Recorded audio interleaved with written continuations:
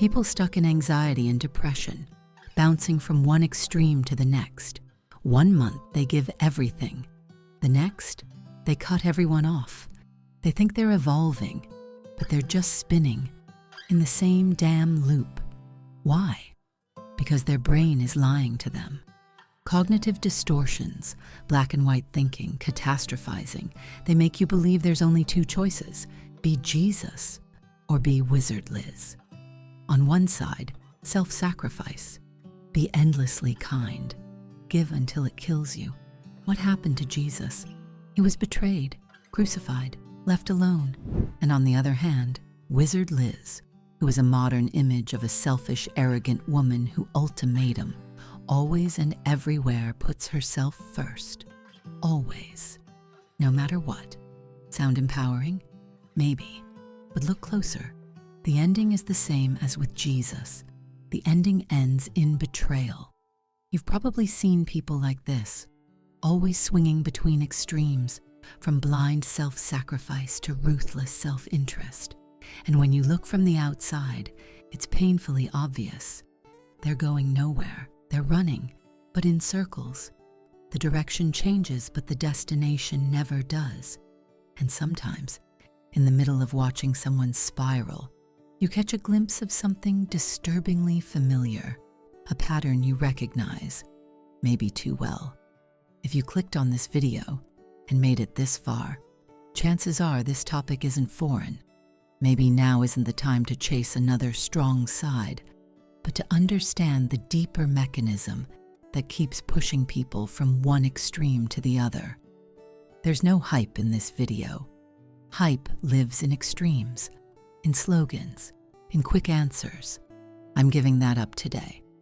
What I will offer instead is something else, a breakdown that pulls from Eric Berne's Transactional games, from Axelrod's game theory, from sociological data, and yes, from life. I am a woman who has lived many years, and I've seen 100 lives unfold.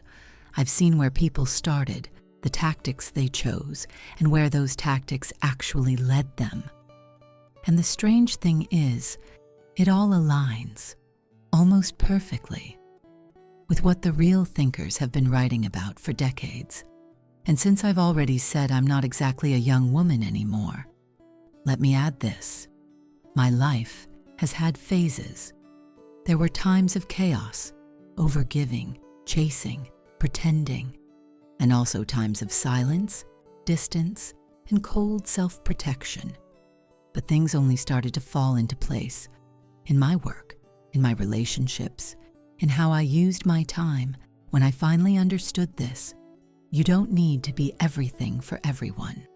What you need is selectivity, a way of choosing who gets your energy, when to step forward, and when to let go.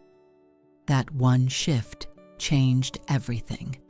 But first, let's talk a little about the negative scenarios that millions of people run through, and that I ran through for many years. Eric Berne called them games, unspoken social patterns that people repeat, not to grow, but to survive. Some ask for help, but reject every answer, not because they want solutions, but because they want attention. That's a game. Some collapse into victimhood, because being pitied feels safer than being ignored. Another game. And unless we're selective, we play too, reacting, explaining, fixing, chasing. But there's power in stepping back. Not every cry for help is real. Not every conflict is worth the energy. The more selective you become, the fewer games you get dragged into, and the more energy you save for the life that actually matters. I remember a time in my life when I played every game in Berne's book, without even knowing it. Back then, I thought I was being kind, thought I was helping. But really, I was just afraid of being left behind. I was always the one people came to, the listener, the fixer, and I said yes, again and again, even when I didn't want to, even when I was exhausted. I was living the game called "Look What You Made Me Do." smiling on the outside, quietly resenting everything inside. I entered relationships thinking I could save someone, that if I loved enough, gave enough, waited long enough, it would heal them. That was, if it weren't for you. I played the rescuer, and they played the wounded, and in the end, both of us were still broken. There were moments when I pulled away from everyone, cold, sharp, disconnected, thinking that being unreachable was power. But that was just another game. Now I've got you, you bastard. Waiting for someone to make one wrong move so I could finally explode. And it all looked like change. But it was just a rotation, a loop of emotional roles. Things shifted when I stopped asking, how do I become better for them? And started asking, why am I even here? That's when the word selectivity entered my life, not as arrogance, not as coldness, but as clarity. I stopped offering explanations. I stopped saying yes out of fear.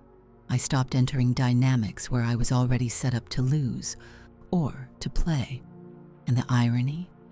The more I stepped back, the more people respected me, the more peace I had, the more honest everything became. Selectivity wasn't a personality shift. It was the end of performance. There's a reason people get stuck in these loops. A reason they bounce from martyrdom to narcissism, from pleasing to punishing. And it's not just psychology, it's game theory. Robert Axelrod, a political scientist, once ran one of the most important simulations in social science. He asked a simple question. What's the best long-term strategy in repeated human interaction? Do you dominate? Do you surrender? Do you avoid? After thousands of tests, the winning strategy was surprisingly simple. Tit for tat with forgiveness. You give first. If the other side gives, you continue. If they take, you pull back. If they reset, you can forgive. Not submission, not aggression, but selective response. That's how trust is built. That's how systems don't collapse. That's how real strength works. Not through control, but through discernment. But in a world addicted to extremes, that message is often too quiet. That's why figures like Wizard Liz blow up. She offers a clean answer to pain. Put yourself first, always. No exceptions. Burn everything that doesn't serve you.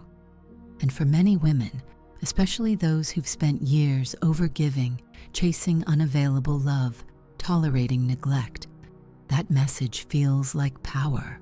It feels like finally reclaiming something. But here's the twist. Wizard Liz is just playing a different game. It's not help me anymore. It's worship me. The rules change, but it's still a role, still a script, still a game. And the women who follow her, they're not broken. They're just tired. Tired of being invisible. Tired of being taken for granted. And so they reach for a mirror that reflects strength, even if it's sharp, even if it cuts.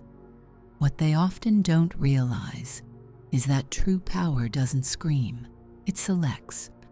There's a quiet truth about human relationships that most people never consciously name, but feel deeply every time something goes wrong. The game you're playing determines the strategy you need. And the first mistake most people make, especially when they're anxious, codependent, or craving approval, is trying to apply the same strategy to every situation. They give endlessly, forgive constantly, explain everything, and try to be good universally. And they burn out. But here's the core insight. In short-term games, you need to be selfish. In long-term games, you need to be strategic, generous, and patient. And these aren't just words. This is a scientifically proven concept. There's a simple little model from game theory. Many know it as the prisoner's dilemma. The idea is this: when you know you'll never see someone again, it's smarter to think only about yourself. But when there's a chance you'll see them tomorrow, or next week, or next year, selfishness starts to hurt you. A researcher named Robert Axelrod ran an experiment. He tested hundreds of strategies, kind, manipulative, distant, to see which one wins over time, and the winner was simple. Be the first to give, and then match what the other person does. If they give, give back. If they betray, pull away. If they try again, allow a second chance. This isn't about being nice, and it's not about being cold. It's about inner steadiness, about not reacting automatically, but choosing. In short interactions, yes, sometimes it makes sense to just take what you can and move on. But in the long game, the winners aren't the overgivers. And they aren't the shut-down, untouchable ones either. The ones who win are those who know when and with whom to open up. That's what selectivity is. Not cruelty, not sacrifice, just precision in who gets access to your energy. And this is how selectivity works in real life. Imagine a woman named Natalie. She runs a freelance design business. A client reaches out, last minute, high pressure, one-time project. Natalia knows she'll never hear from them again. It's tempting to be flexible, friendly, cheap. But instead, she sets her full price, charges extra for urgency, and doesn't offer revision rounds. She gets paid well, delivers professionally, and moves on. That's the correct strategy in a short game. Trying to be kind in this interaction, to invest, nurture, compromise, makes no sense. There's no compound return, only risk of being used. In short games, altruism is punished, egoism wins. But now picture a different scenario. A woman, let's say someone like me 20 years ago, is building a circle of friends, collaborators, maybe even a long-term partner. She meets people slowly. She shows up consistently. She helps without tracking every favor, not because she's a saint, but because she's playing a long game. And long games are built on reciprocal trust. This is where Axelrod's iterated prisoner's dilemma comes in. Across thousands of simulations, the most successful strategy wasn't ruthlessness. It wasn't submission either. It was something called tit for tat, with forgiveness. Give first. See what comes back. If it's good, continue. If it's not, step back. If it improves, try again. This is strategic altruism, not naive giving, but selective investing. The reason content like Wizard Liz resonates with millions is because it offers clarity to women who've been stuck in toxic long games, giving everything, receiving nothing. Her message? Put yourself first. Cut everyone off. Choose you, always. And for those who've been abandoned, cheated on, emotionally drained, this feels like justice. Finally, they're the one in control. But here's the twist. That's just the opposite extreme. It's another script, another game, another loop. It works brilliantly in short games, like casual dating, low-stakes work dynamics, or cleaning up boundaries. But if that same hyper-self-focus is dragged into long-term relationships, intimacy dies, collaboration dies, growth dies. Power without trust becomes isolation. The real power, it's not about always giving, and it's not about always taking. It's about selectivity, in time and in target. Two axes that define everything. The first axis is time. Is this a short-term situation or something that might stretch into years? Because short-term games reward decisiveness, even selfishness. But long-term games, they reward trust, patience, investment. The second axis is target. Who is this person? Are they capable of growth, of reciprocity? Or are they just another black hole in a human form, ready to absorb, but never give back? And that's where true strategy begins. You don't need to be everything to everyone. You just need to see clearly where to give and where to walk away. I once heard something from Professor Ben-Shahar at Harvard. He said the sweet spot of action is this: do what brings pleasure now, but also brings returns later. Not just instant dopamine, not just delayed martyrdom. Something that makes sense both in the moment and in the long run. But here's what life taught me. That kind of precision takes time, and sometimes you get it wrong first. You give to the wrong people. You trust the wrong signals. Or worse, you abandon the right path too soon, just because the results didn't come fast enough. That's what I see most often. People switch strategies not because they're evolving, but because they're panicking. They try one thing, don't get the result fast enough, and jump to the next. From soft to hard, from giving to cold, from romantic to avoidant. But what they don't realize is they never stayed long enough in any strategy to let it work. They weren't selective. They were reactive.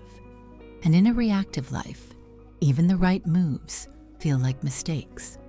The real shift happens when you stop jumping and start choosing the right people, choosing the right games, and giving only where giving actually grows something. That's not ego. That's not detachment. That's intelligent design. And that is the only kind of power that lasts. I know this video may have felt like a lot. We touched on Berne, Robert Axelrod, and even Ben-Shahar. Maybe it was too much, or maybe it landed just right. Either way, I'm still shaping this format, and I truly want it to work for you. So if you have thoughts, feedback, or even gentle criticism, I'm open. Leave a comment and tell me, did it resonate? Did something feel off? What do you want more of, and what can I leave behind? This space is for exploration, for truth-telling, for depth.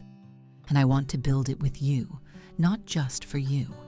And if you know someone, a friend, a sister, someone navigating their own emotional maze, feel free to share this video with them. This channel is called She Needs to Hear This. Here are revealed 100 topics that are most relevant for modern women in the modern world, and we're just getting started.